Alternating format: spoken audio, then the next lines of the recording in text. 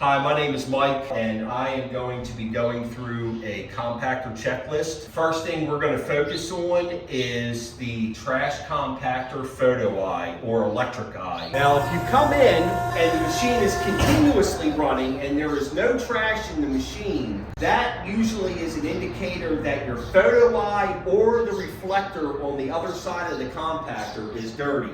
Take a cloth, put a little water on it, spray it on the rag, and gently wipe in front of the photo eye and check to see if the reflector on the other side is clean. If it is not clean, you'll want to spray it with some type of cleaning solution and take a rag and wipe it down. The important thing to do is to make sure that the machine is off when you do this. We're going to also talk about the door safety switch. People come in and say that their trash compactor is not working.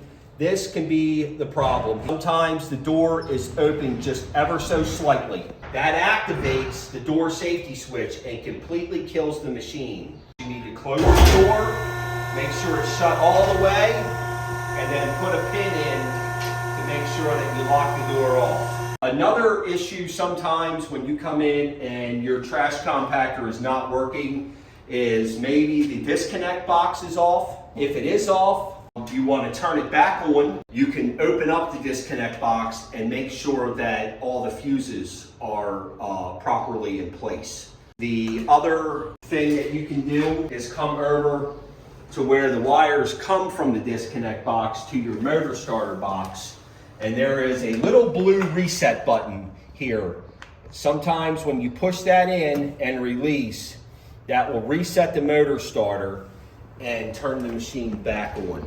Another situation that may come into play is that your breaker that controls the power to the trash compactor may be tripped. And if it is, you turn it off and turn it back on again, and that usually resets the problem. Now we're going to talk about the emergency stop button. You want to make sure that the e-stop button is pulled out like so, and that means that there is power going to the machine. If you need to turn the stop button off, you just push in very easily, and that turns the machine off completely. Then to turn the e-stop button back on, again, you twist, don't pull the e-stop button, and it pops out because it is spring loaded. We are also going to talk about the container full light. Occasionally you'll come in after a weekend and what has happened is the machine has shut off. Well, if you examine your control box, there is a container full light.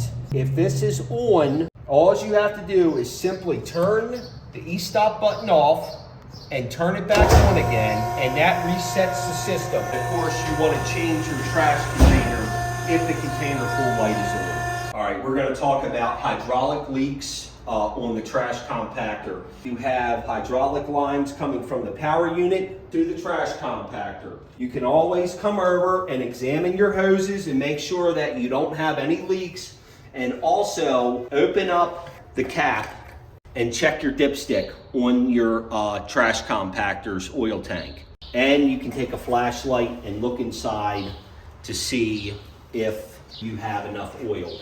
Another situation is the cylinder in the back of the compactor here. If you think your cylinder is leaking, you want to call a technician. Well, this concludes our video. Again, if you've gone through your checklist and you still cannot get the compactor running, please give us a call. We'll be more than glad to come out and service your equipment as soon as possible.